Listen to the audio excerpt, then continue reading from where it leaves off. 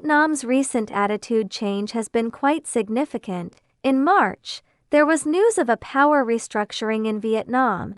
In the past few days, two important Vietnamese politicians are visiting Beijing. What about every restructuring in Vietnam? The city will come to Beijing to seek Buddhist scriptures. It's a convention. Plus rumors and rumors. Vietnam announced the purchase of C919 and ARJ. Of course, the specific quantity and agreement details are currently uncertain. There was no official announcement either. Everyone discerns between truth and falsehood. Hello everyone, I am Quy Hua. I guess, is it Vietnam's request for railways being beaten? The North-South Railway in Vietnam is at the level of Ren Duer Mai. The significance for Vietnam is that both Beijing, Guangzhou, and Beijing and Shanghai are not limited, but the problem is, with the repeated maneuvers in Vietnamese history, what reason does Dong Da have to work hard to help him connect the Ren and Du meridians? We're going from Thailand to Cambodia, which one is not as fragrant as walking through Vietnam. Now Vietnam is eager to build a high-speed railway. At present, his RMB loans are cheap. Sign the order earlier. The land acquisition office has been completed. It can save a lot of money. Once the US dollar depreciates due to interest rate cuts, a wave of inflation, it will be even more expensive then. However, the Vietnam light rail incident 2 years ago pitted Kirk. Japan is clearly not up to it. Now Vietnam pretends to please China, of course, not having enough benefits. This high-speed rail will not be repaired in China. I estimate that Vietnam has submitted a petition. If I were Vietnam, in the current situation anyway, we can't get anything from media anymore. Just kneel and lick the northern powers. Apart from relying solely on the University of Tokyo, small economies are all flesh of white meat under the financial hegemony of the United States. Someone asked me to give a rational evaluation of the future of the C919 series aircraft. I think the most convincing ones are probably the captains who have flown various planes. I saw a captain evaluate it this way before. That's what he said. I am the flight attendant for both B737 and B787 aircraft. Let me talk about my opinion on C919 from the perspective of professionals. The birth of C919 is timely. There are only 2.5 direct competitors. Among them, the Boeing 737 made its maiden flight in 1967. The Airbus 320 made its maiden flight in 1987. Although both models have undergone multiple changes so far, but currently, the latest 737 MAX and 320 Neo models are only being repaired based on the original design. Many design concepts from the last century are actually outdated by today's standards, especially for the 737 model, due to the initial design not considering the possibility of installing a high bypass ratio turbofan engine in the future. Short legs not only result in the weakest performance of the LEAP-1B engine among the 3 engines, but also, the failure of the MCAS system also led to 2 plane crashes and fatalities. The impact is extremely severe. The MiS-21 model was originally expected to become a strong competitor to the C919, but since the Russia-Ukraine conflict, Russia's international environment has been worse than China's. MiS-21 is basically only used for domestic routes in Russia, so here we only count half of our competitors. From a technical perspective alone, the C919 is one of the world's best and most advanced narrow-body trunk models, but the reason is not how strong COMAC is, but rather, the piers are too weak. Set off. COMAC should be aware of the technological gap between advanced aircraft models such as the A350, but we should not underestimate ourselves either, because the level of enterprise technology and the level of technology applied to specific models are 2 different things. From a safety perspective, from the current safety philosophy and culture of civil aviation in China, the security of C919 should be highly guaranteed. I have participated in the International Civil Aviation Transport Association's IATA Operational Safety Audit IOSA multiple times. I have learned from auditors from other countries that I have worked with. The safety management level and importance placed on safety by Chinese airlines are top-notch worldwide. ARJ 21 Zhongfeng has successfully carried 10 million passengers safely. This can indirectly confirm the safety level of domestically produced aircraft. Meanwhile, the important components of C919 are purchased from internationally renowned component suppliers. For example, LEAP 1C is a product of CFM Company. Avionics utilizes technology from companies such as General Electric and GE. Mature and reliable foreign technology has been used in key areas, and China has relatively mature experience in the final assembly of aircraft. Tianjin has an Airbus final assembly line. In summary, I believe that the safety of the C919 will not be lower than that of the B737 MAX model I am flying. Everyone can ride with confidence. From a design perspective, due to the lack of historical baggage such as not needing to consider the universality and regulatory approval of NG and MAX series like 737. C919 Actually, I have learned more from the design concepts of advanced models such as A350. For example, the cockpit glass of C919 is curved like A350 and B787, and B737 and A320 are both flat panels. This definitely has an impact on noise and wind resistance, although flying makes it inconvenient to clean the insects outside the window. For example, the C919 driver's seat has a small table and a keyboard. The observer seat is a separate seat rather than a folding small stool like B737. It won't affect us entering the cockpit to add water and deliver food. For example, the cabin passage of C919 is wider than that of B737. Besides emergency evacuation, which can be faster, it's also more convenient for us to push the food cart. I am not very clear about the catalog prices for airline aircraft purchases, but if the price of C919 and B737 MAX 8 is the same, I think even without any policy support, domestic airlines may rely on the aforementioned technologies. Safety priority should be given to C919 for its design and other advantages. Additionally, buying airplanes is a commodity that requires a large amount of foreign exchange. Not only does it involve economic considerations for enterprises, also influenced by national diplomacy, the multiple influences of political and other factors. China has a benefit, that is because the domestic market is extremely vast.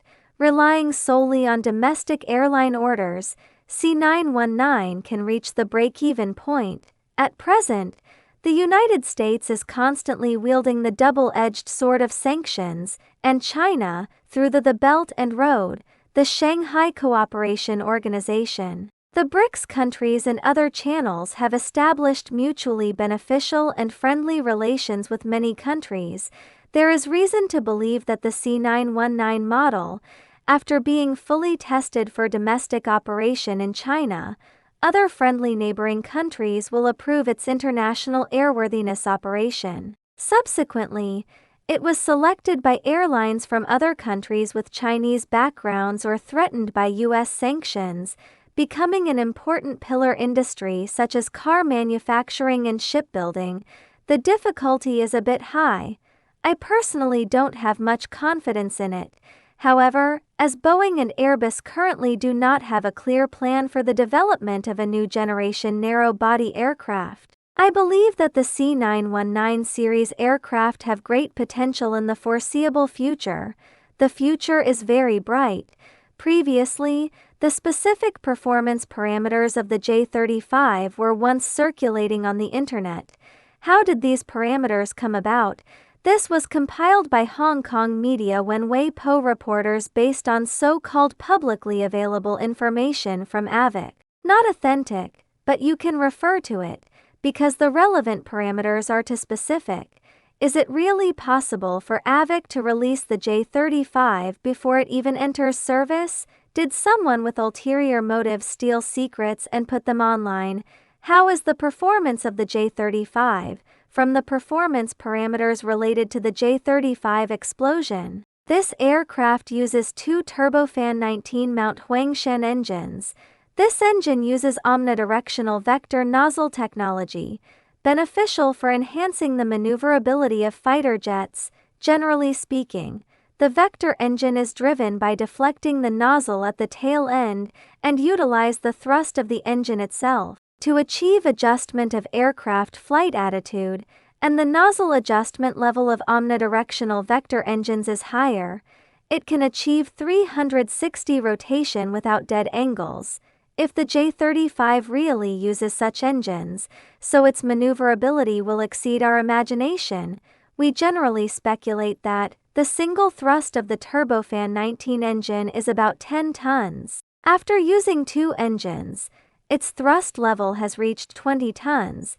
The F-135 engine equipped on the US F-35 fighter jet has a maximum thrust of 17.8 tons, boost thrust of 19.1 tons. From the perspective of thrust level, two turbofan 19 engines dominate. The F-135 engine is preparing to install the F-35 fighter jet. Also, don't think that it's embarrassing that only our two engines can match the thrust of someone else's engine. The advanced technology of the F-135 engine is one aspect. More importantly, its bypass ratio is very large, reached 0.57. If we were to make an engine with the same bypass ratio, it is believed that its thrust level will not be much lower than that of the F-135 engine. Due to the large size of the F-135 engine, this also makes the fuselage of the F-35 fighter jet appear more bulky. It looks plump. Many military enthusiasts refer to it as Fidian, the big butt of the F-35 fighter jet. Due to the limitations of the single publishing bureau, the maximum speed of F-35 is only 1.6 Mach.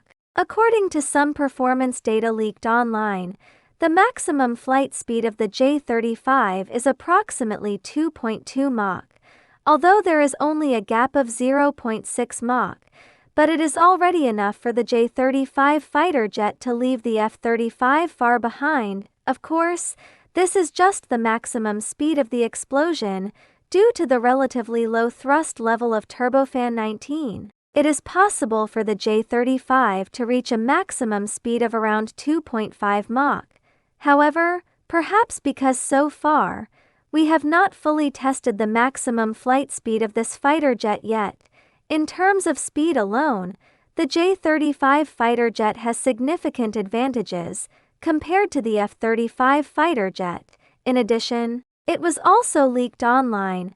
The maximum takeoff weight of the J-35 is approximately 35 tons, can carry approximately 8 tons of weight. The cabin with external storage system can carry 8 supersonic air-to-air missiles. There is a lot of information here. Let's analyze step by step. Firstly, its maximum takeoff weight is approximately 35 tons. Among the 5 generations of fighter jets, it can already be considered a high presence. As the world's largest 5th-generation fighter jet, the maximum takeoff weight of the J-20 is only 37 tons, and the F-35 fighter only has 31 tons. It can be seen that the Dual Release Bureau still has a significant impact on the total number of fighter jets. Furthermore, the ability to carry ammunition. The load capacity of F-35 is not very sufficient, can only carry approximately 6 tons of weapons. However, its versatility is very strong. Setting aside traditional air strikes, F-35 can also carry bombs to the ground. It can also carry small anti-ship missiles to attack warships. In addition to its built-in ammunition compartment, the F-35 fighter also has external cheat points. This means it can mount various types of weapons. The ability to strike is relatively strong. However, when he cheats missiles, it will reduce its stealth effect. Therefore, in general, weapons will not be used externally. Based on the disclosed situation of the J-35 fighter jet, this fighter jet also seems to have an external system, so its positioning is basically similar to the F-35 fighter jet. Actually, this is quite reasonable, because we not only need to use it ourselves, and we also considered its foreign trade model. If it is used by the People's Liberation Army itself, in most cases, the J-35 is a carrier-based aircraft model. After all, there are J-20 fighter jets on the land-based side. The advantage of the J-35 is not particularly significant. The main reason is that China's competitors are very strong. Once a war breaks out, we have to face a high-pressure war environment. At this point, stealth performance is particularly important for fighter jets. But if the J-35 is exported to Pakistan, this fighter jet had to be transformed into a fully land-based version, mainly responsible for air defense, strike the ground, for Pakistan. What they need more, perhaps not very good invisibility ability, but rather firepower strike capability. In addition to some invisibility abilities, it is enough to pose a threat to India, considering the potential target audience for future trade models of the J-35, its ability to acquire external weapons. It is indeed very important. American experts are outraged. Finally, there are also reports online about the avionics system of the J-35. Its level is basically equivalent to various advanced fighter jets in China. There's nothing to say. Overall, these data are all quite reasonable. It also conforms to our understanding of fighter jets like the J-35. But whether it really belongs to leaked information remains to be debated. On the one hand, the specific parameters of the J-35 fighter jet are not so easy to obtain. On the other hand, this is also very